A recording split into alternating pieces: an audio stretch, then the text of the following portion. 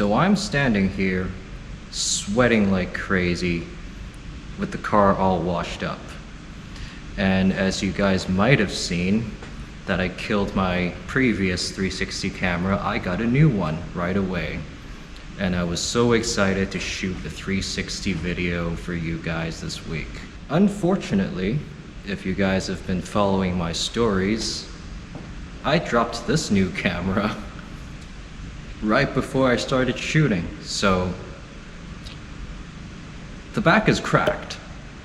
And I have to figure out if I have a warranty, or if I have to buy a new one, or if I have to pay to get the lens replaced. But anyway, I thought, since this is a 360 camera, I have two sides, and I will use the good side to at least shoot something for you guys.